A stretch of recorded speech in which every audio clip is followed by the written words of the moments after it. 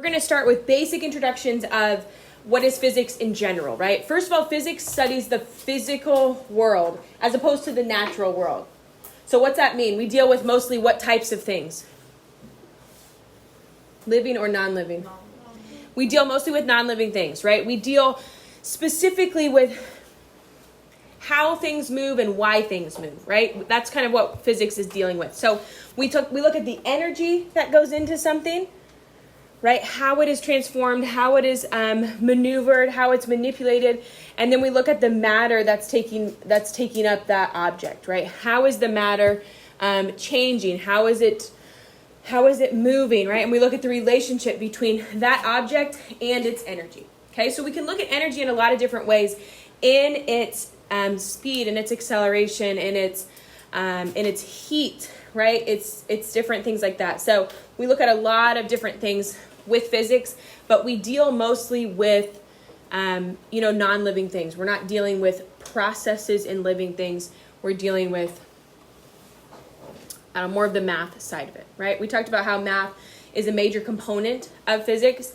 So that's what we're going to start looking at, okay? It uses math really as its language. So we use a lot of equations in physics, right? Here's my equation sheet for the year, okay?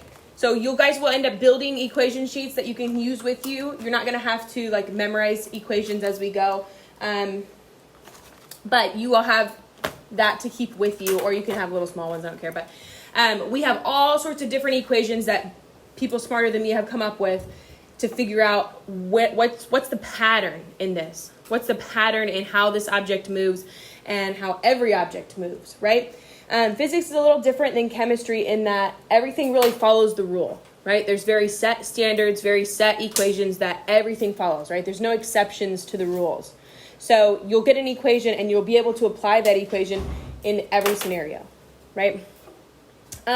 So here's the only things you need to think about math-wise. Can you rearrange equations, right? Can you solve for a variable? So if my equation says VF equals 10 plus 4 times 8, right? Can we solve for VF? That's like the equations we start with, right? That's pretty easy. If it says 12 equals 10 plus 4 times time, right? Can you rearrange that equation to solve for t? Yeah, pretty simply, right? So it's not intense math. There's just a lot of it, right? There's just a lot of different things we have to work through. So can you take variables and numbers out of a word problem and apply them to the correct variable and then put them into an equation, right? Can you read a word problem that says he traveled 10 meters for 5 seconds at 30 meters per second and get all those numbers in the right spot in your equation, right? That's really what physics is being able to really analyze and break down these word problems into correct variables and correct equations, picking the right one. So that's really all you need to know for the math part of it. We're not getting into big, intense calculus type equations. So, okay, most of physics will come in the form of a word problem. It's not just here's the equation and solve it, right? You have to actually build that equation out of the information you're given. So I'm going to really, really encourage you to solve word problems by writing down what we know. We do this a little bit in chemistry when we're taking out things from word problems, but you'll see me start to make a list of my variables in the margin. So as I'm solving, I'll say, oh, that was final velocity. That equals 12. This was my initial velocity. This equals 10. My time was 4 seconds. Whatever it is, I'm starting to build that list, and that list will help me identify what equation I'm going to be using. Okay? So I'm gonna encourage you to start building that list in the margins as we go. Now, when we start, our problems are very simple, and they probably won't require that because we've got 2 variables, right? But as we move through the class, we'll get problems that have 8, 9 variables, right? So that'll make a little bit of a difference in how you stay organized, okay?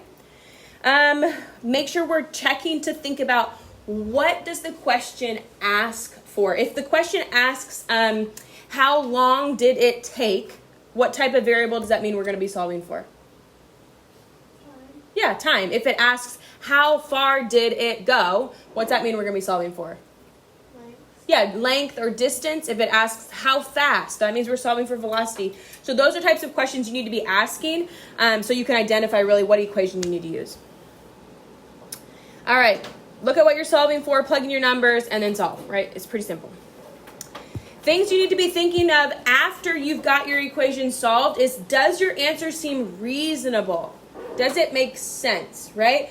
Did they travel 3,000 meters in 2 seconds, right? That doesn't really seem that reasonable. Did they travel, I don't know, whatever it is, right? Sometimes when I make up problems in class, it is improbable, but you want to be looking at, does your answer seem reasonable, right? Is it a number that, you can think about and it would make sense? So, and then does it have correct units? So if I'm solving for time, I'm always labeling it with seconds. If I'm solving for distance, I'm always labeling with meters. So it's got to have the unit that goes with it. Okay? You just want to make sure we're checking over all these things, especially on tests, because units make a difference. All right, let's move into measurements now. So we've talked about measurements in Chem 1 and Chem 2. We do it again in physics because physics is honestly the most important. Our labs that we do require really pretty intense attention to detail. So our measurements have to be taken correctly, okay? We use measurements to give a quantity to an observation. So it was this long, it was this fast, it went this far, right? Those are what we're doing here, okay? When we take measurements, I've said this before, and I want you to highlight it or start or something, but when we take a measurement, we read what the instrument gives us, and then we estimate one more digit, right? We estimate one more digit. Okay, so that means if I'm using a ruler, and this is 10 centimeters, and 1, 2, 3, 4, 5, that's 10 and a half, 1, 2, 3, 4, that's 11, and my object is this long, right? If my object is this long, how long is my object? 10 point what? 10.123, yeah, 35, 34, 36, but this last digit is an estimate, okay? I read what the instrument gave me, which means I know it was between 10.3 and 10.4, and I estimated my last digit. So this last one is always going to be an estimate. Okay, so that's really, really important. As we start to look at things, especially measuring with meter sticks and things like that, when we measure with digital things, there's no need for us to estimate because it's digital, right? It does that for us. But if we measure with handheld tools, we need to make sure we're estimating that last digit. Okay, we evaluate our measurements using precision and accuracy. Do you remember the difference between those two? Okay, precision is how close together our measurements are. Okay, how close together they are. So that means if I had a target, let's say I had a target here, and all my measurements are over here, right? Are they precise?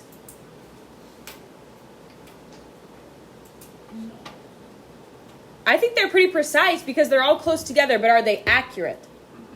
No, because accurate means they would be close to the bullseye, right? But they are precise because they're all close together. Non-precise measurements might look something like this, right? They're all over the place. They're not very concentrated.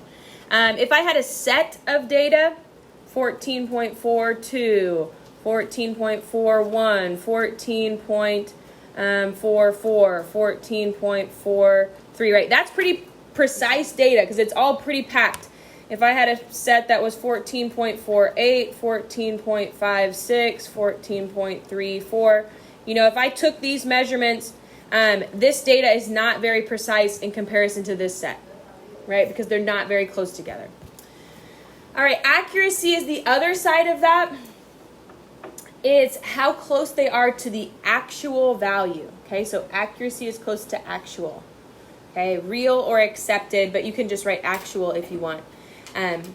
It's how close they are to the actual value. And so in my bullseye example, that would mean I've got at least one that's on the bullseye, right? I've got one accurate measurement. Okay.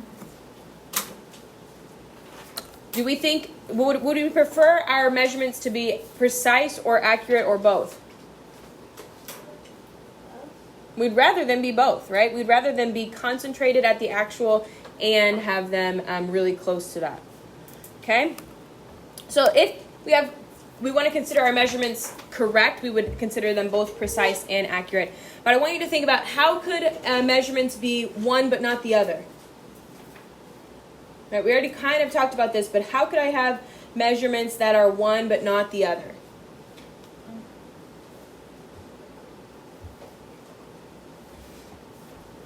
Like, what'd you say? They just could be precise but not accurate, right? So what would cause an error in accuracy? If you're what? Okay, yeah, you guys are in the right track. So what if I'm measuring something and I write down every measurement as 26.5 centimeters, but really it should have been 36, right? I just read my instrument wrong. But all of my measurements are really, really close together, right? That could lead to an error in accuracy, right? It's precise, but they're not accurate. That could be that, okay? So if I incorrectly read an instrument, but I consistently do it, that could lead to an error in accuracy. So I've got precision, but I don't have accuracy. The other way around, if I have accurate measurements that aren't precise, that could be from people that are reading instruments differently. Okay, so if I have a group of 3 or 4 people and every one of them reads one of the trials, chances are that they're going to be reading that instrument a little bit differently. Right? They're going to see it a little bit differently. So you might have one measurement that's really, really accurate, but they don't match your other ones. Right? So that's why it's important to have consistency when we're measuring in a group. Okay?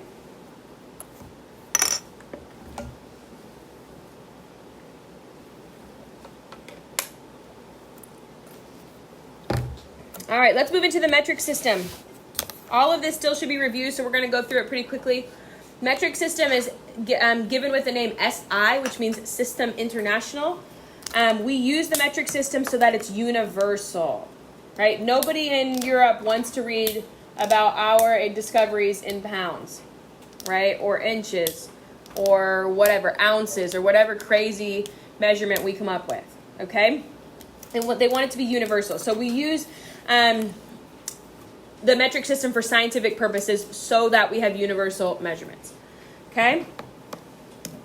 Most countries use the metric system, just not us. Okay? Here are the base units for each of the metric system quantities or types of measurements. So length will always be in meter, mass will be in kilograms. So why kilogram, not gram?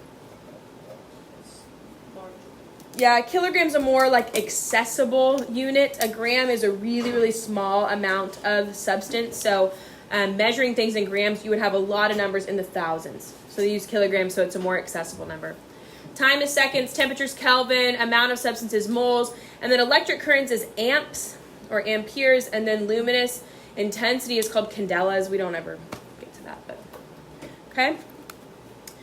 This is your unit conversion scale. This is something you'll need to memorize. Okay, I think I printed that for you. Is it in those slides I gave you? Okay, this is something you'll need to have memorized. I won't give you these tables on like your tests or quizzes or anything like that. You need to kind of live in this region right here. Kilo to probably for sure milli. I don't know, we use these ones every once in a while, but these ones for sure we need to have memorized. I like to give the bigger unit the 1 and then tell how many of the smaller units are in that. So here is where we get to the base or 1 meter, and then underneath that 1 meter equals 10 decimeters, a meter equals 100 centimeters, and so on and so on. But I like to give the bigger unit the 1. Okay, there's more of the prefixes that aren't in this table. I just put the ones in here that we use. Okay, that should be all familiar to us.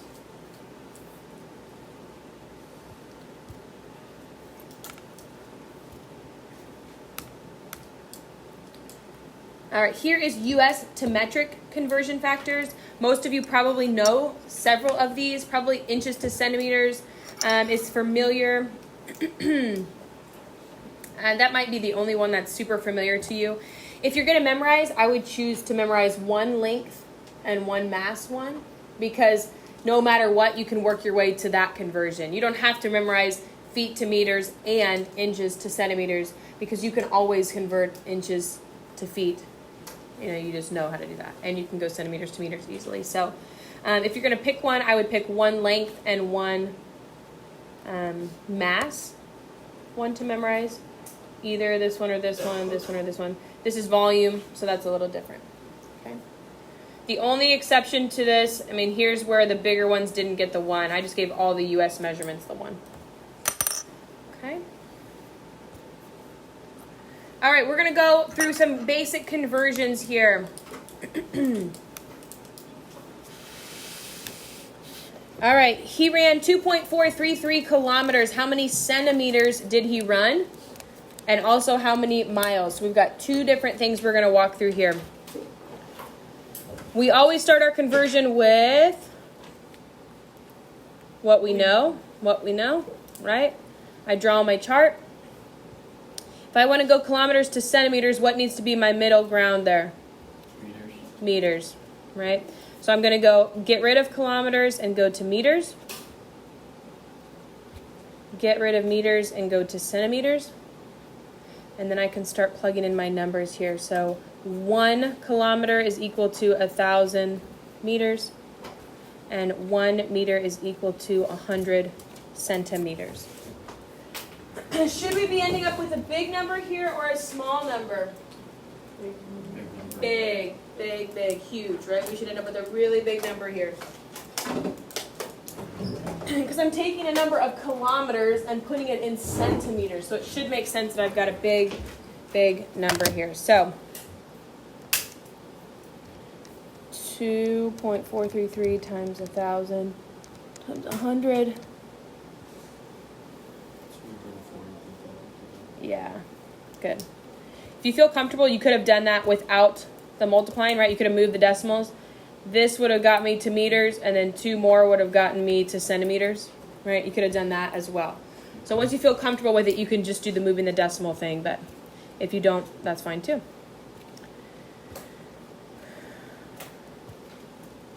Okay, and then if I want to go to miles, 2.433 kilometers to miles. Okay, we said the kilometers to miles conversion was 1.6. If you can't remember that, you can go kilometers to meters, meters to feet. And then do you know how many feet are in a mile? 5,280 feet is in 1 mile. So if you don't know that conversion, you might want to write that one down like on your little sheet somewhere. That's just a US conversion. 2.433. What are we expecting here in terms of our miles? Yeah, pretty small, right? A kilometer is not that much more than a mile.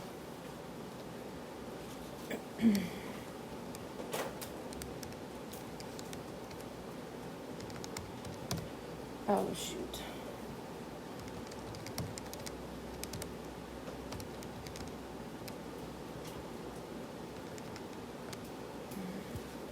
So I got about 1.511 miles.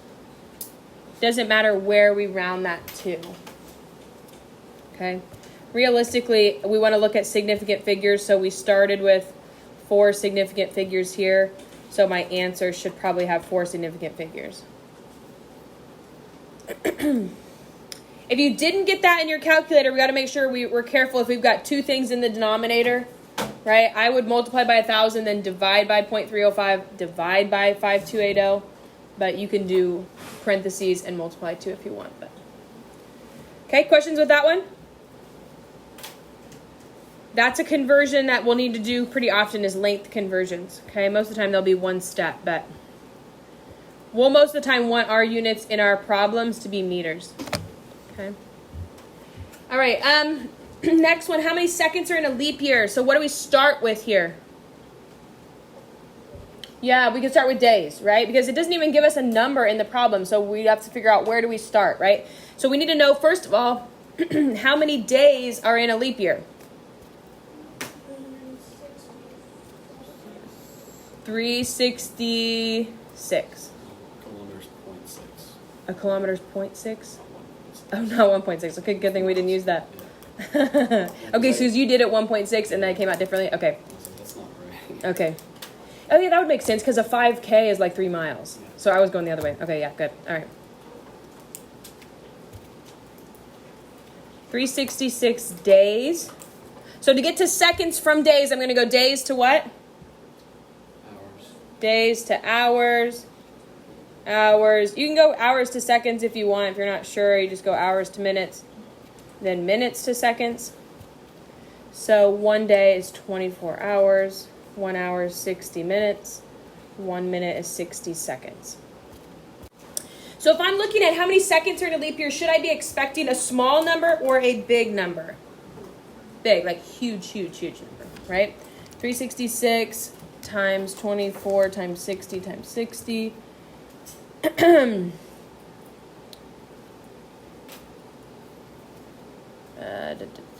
31,622,400.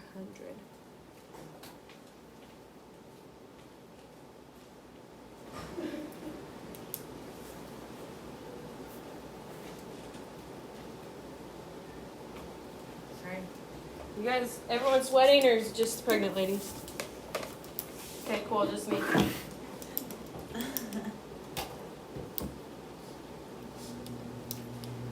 Okay. All right, here we go. Last one.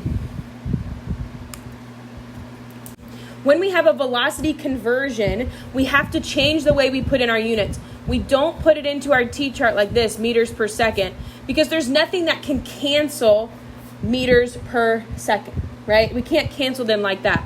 So when we put them into our T-chart, we've got to put them in meters per means divided by, seconds, okay? And then we want to get to MPH. You know what MPH stands for? Miles per hour, right? That's another weird American thing. Like, why don't we just do miles/hours, right? But we don't. Okay, so MPH is miles per hour. So I've got to get meters to miles, MI, and I've got to get seconds to hours. It does not matter in your T-chart which one you do first. Okay, so I'm going to go ahead and convert meters to miles. So if I want to go meters to miles, I'll go meters to feet. 0.305 meters is in 1 foot. And then 5,280 feet are in 1 mile. Okay, so if I stopped my T-chart right there, meters is canceled, feet is canceled. If I stopped and I did the math right there, my units would be what? Miles per second, which is not what I want. I want miles per hour, okay? So now I've got to take seconds and get rid of it. So usually we say, okay, what we want to get rid of goes on the bottom, but in all reality, what we want to get rid of has to go diagonally. So where would seconds go? Right, it needs to go there because seconds is on the bottom here. We need to get rid of it on the top. So 60 seconds in 1 minute, and then 60 minutes in 1 hour. Okay, so that's a little bit of a different conversion for us, right? But now we've canceled seconds, we've canceled out minutes, and we're left with a unit that is miles over hours, which is what we want. So now we do the math.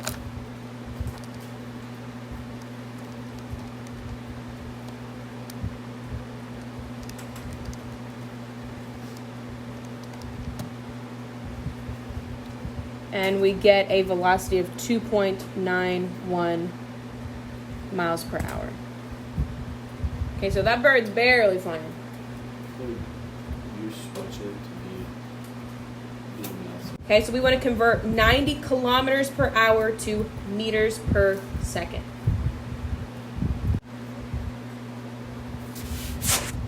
Remember, the way we write this first part is really important so that we can get our units canceled correctly. 90 kilometers per hour.